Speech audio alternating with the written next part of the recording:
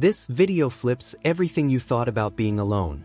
It shows that solitude isn't a problem, it's actually a spiritual doorway. You start to realize the self that feels lonely might not even be real, Anattā.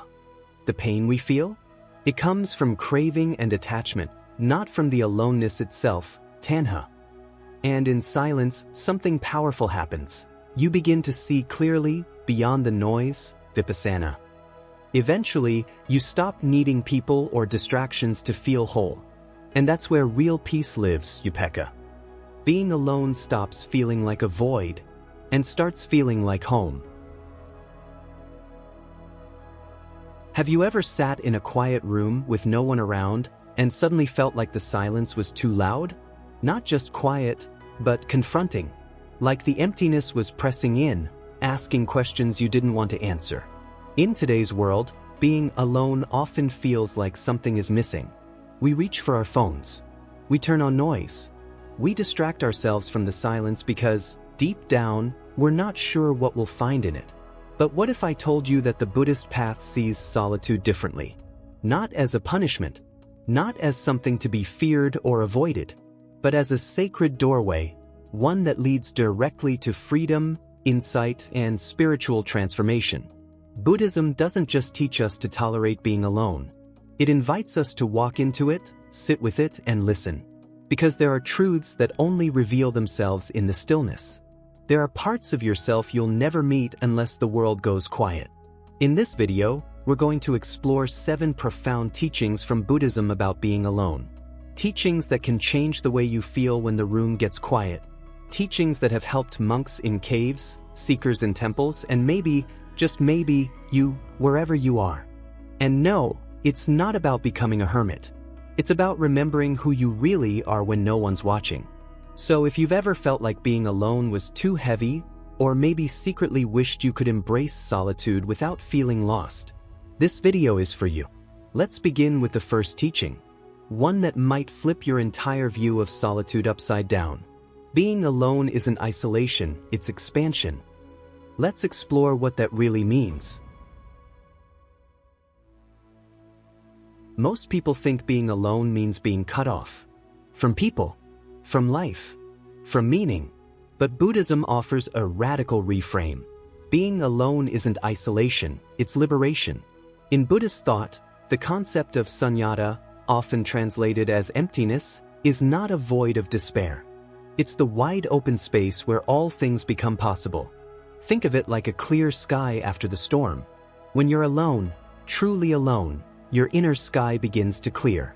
There are no roles to perform, no expectations to meet, no identities to uphold. And in that stillness, something unexpected happens. You stop being a somebody trying to impress other somebodies. You simply are. The Buddha himself sought solitude before his awakening, not to escape the world, but to meet it without noise. And maybe that's the point. Solitude doesn't separate you from the world. It returns you to it without distractions. In fact, the Zen masters teach that it is only in silence that the deepest truths arise. They say, when the mind is empty, the heart is full.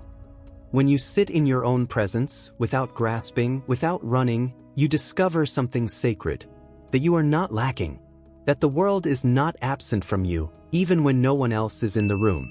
Solitude is not a prison, it's a portal. And on the other side of that portal, presence, awareness. So the next time you find yourself alone, ask yourself, am I feeling empty, or am I making space for what's real?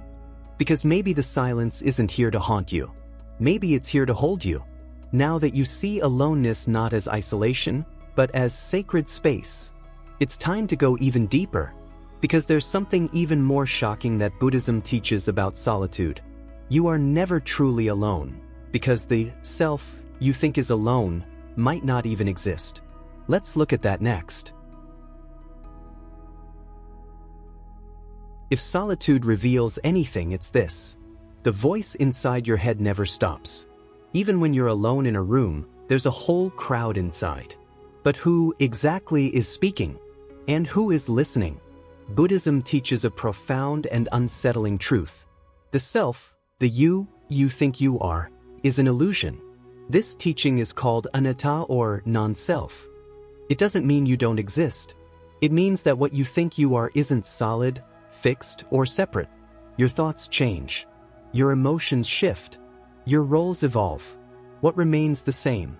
When you're alone, stripped of roles, mirrors, and reactions, you begin to notice that the you you've always believed in starts to dissolve. There is no permanent, unchanging core. There is only experience unfolding. There is only this moment flowing into the next. And here's the paradox.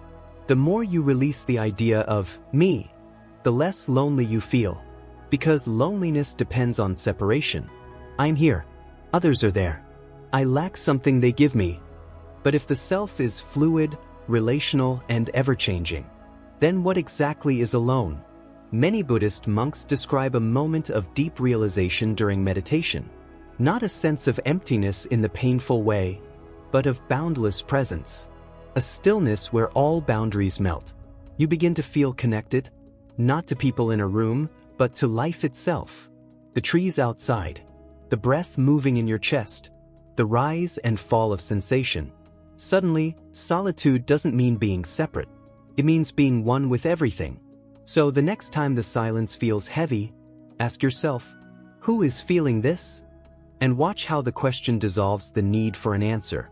Because when the self disappears, so does loneliness.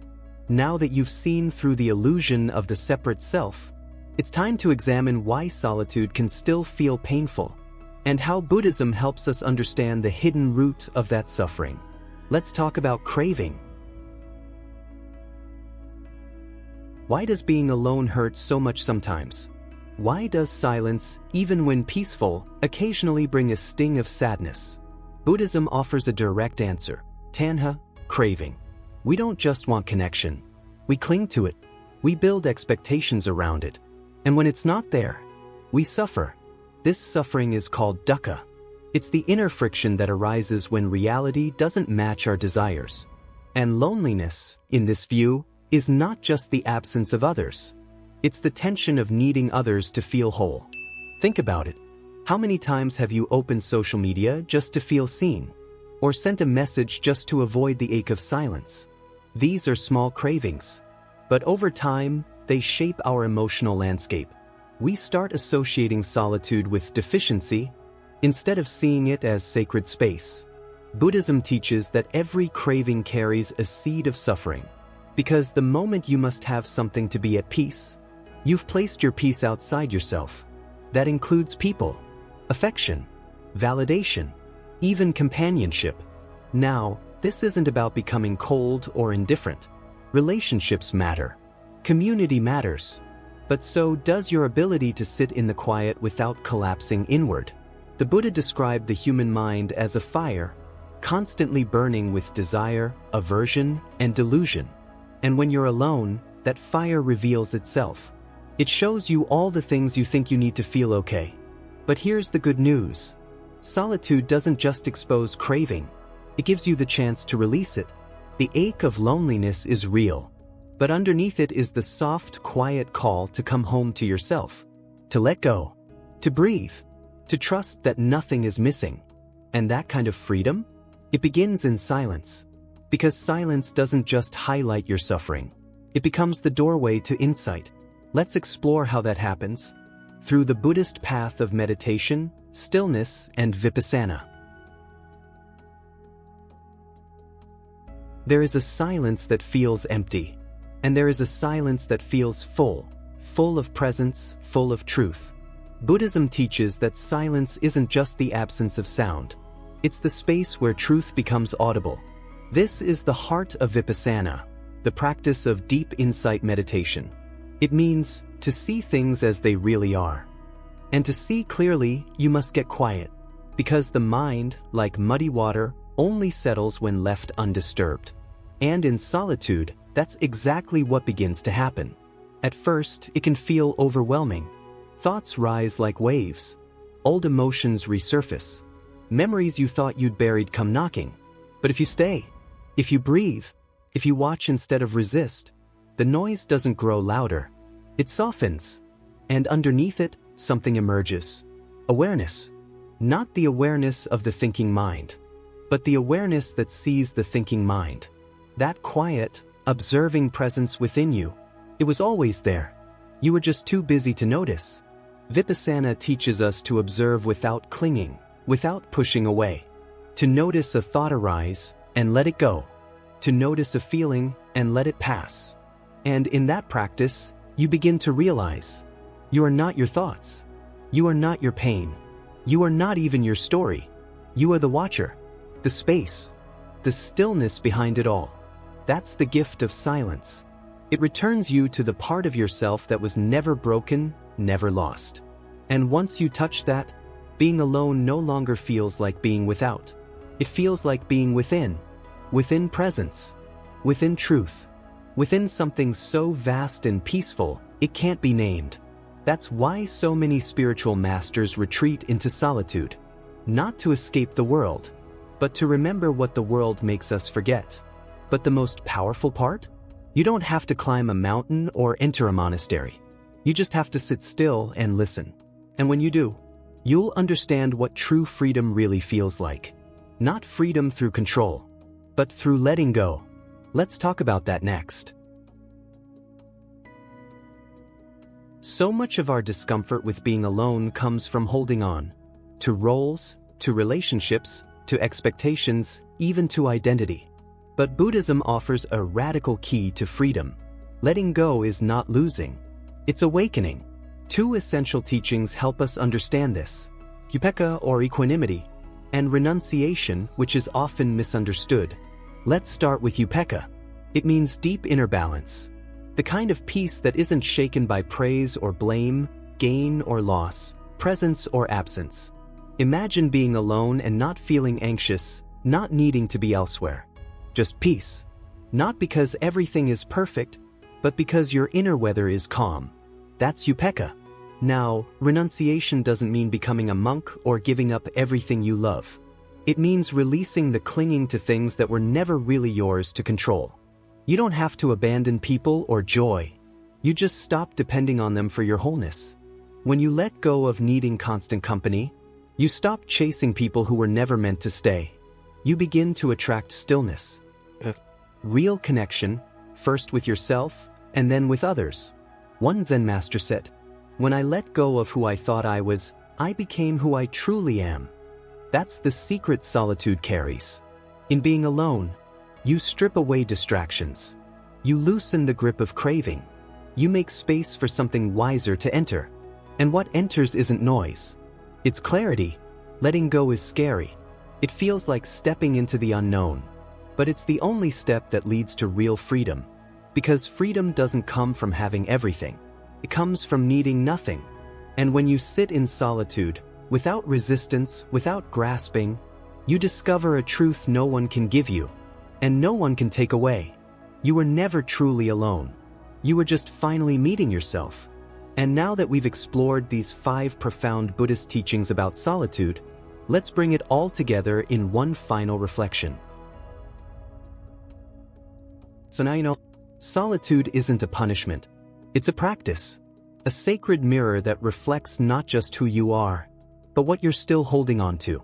Through the teachings of emptiness, non-self, craving, silence, and equanimity, Buddhism doesn't ask you to run from loneliness. It invites you to walk into it, to meet the silence not as an enemy, but as a teacher. Because in that stillness, something profound happens. You come home, not to a version of yourself shaped by the world, but to the presence that has been quietly waiting underneath it all. You don't need to fear being alone anymore, because you've now seen what it holds. Clarity. Freedom. The world will always try to pull your attention outward, but your soul will keep whispering, "Come back to the quiet. That's where I live."